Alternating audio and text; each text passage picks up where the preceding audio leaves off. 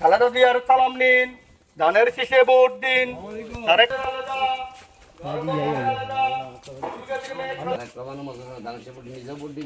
দোয়া চাই সকলের, ভোট দাই ভোটত।